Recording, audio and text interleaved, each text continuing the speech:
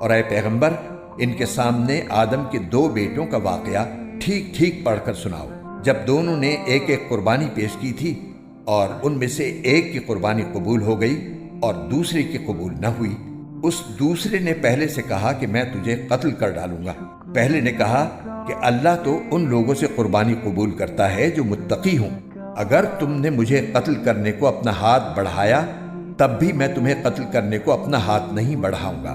میں تو اللہ رب العالمین سے ڈرتا ہوں۔ میں تو یہ چاہتا ہوں کہ انجام کار تم اپنے اور میرے دونوں کے گناہ میں پکڑے جاؤ اور دوزخیوں میں شامل ہو، اور یہی ظالموں کی سزا ہے۔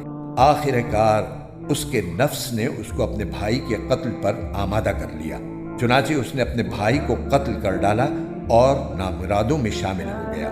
پھر اللہ نے ایک کوا بھیجا جو زمین کھودنے لگا تاکہ اسے دکھائے کہ وہ اپنے بھائی کی لاش کیسے چھپائے۔ یہ دیکھ کر وہ بولا، ہائے افسوس، کیا میں اس کوے جیسا بھی نہ ہو سکا کہ اپنے بھائی کی لاش چھپا دیتا۔ اس طرح بعد میں وہ بڑا شرمندہ ہوا۔ اسی وجہ سے ہم نے بنی اسرائیل کو یہ فرمان لکھ دیا تھا کہ جو کوئی کسی کو قتل کرے، جبکہ یہ قتل نہ کسی اور جان کا بدلہ لینے کے لیے ہو اور نہ کسی کے زمین میں فساد پھیلانے کی وجہ سے ہو، تو یہ ایسا ہے جیسے اس نے تمام انسانوں کو قتل کر دیا، اور جو شخص کسی کی جان بچا لے تو یہ ایسا ہے جیسے اس نے تمام انسانوں کی جان بچا لی۔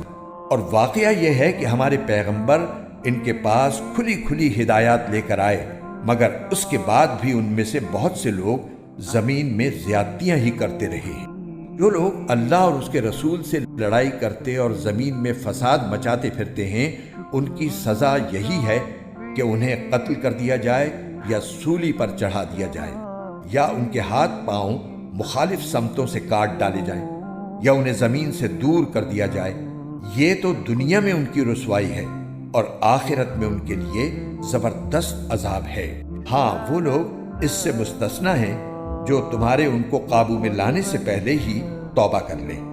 ایسی صورت میں یہ جان رکھو کہ اللہ بہت بخشنے والا، بڑا مہربان ہے۔